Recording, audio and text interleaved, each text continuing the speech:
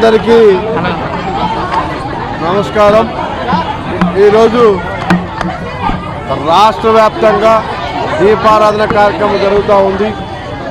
ఈరోజు సౌత్ నియోజకవర్గంలో 35వ వార్డు దుర్గాలమ్మ గుడిలో ద్వారా దీపారాధన కార్యక్రమం పెట్టాం.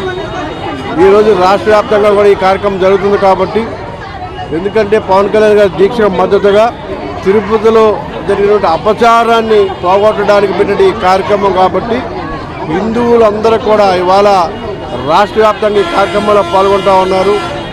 దేవుని యొక్క కృప ఉండాలి, ఈ రాష్ట్ర ప్రజలకి దేశ ప్రజలకి ఆయన భక్తులందరూ కూడా ఉండాలని, అలాగే ఎటువంటి ప్రకృతి వైపరీత్యాలు రాకుండా దేవుడు కాపాడాలని ఇవాళ దీక్ష చేస్తున్నారు. కాబట్టి ఆ దీక్షకు మద్దతుగా కూడా మేము అందరం కూడా పాల్గొని ఇలాంటి కార్యక్రమాలు చేస్తూ ఉన్నాం.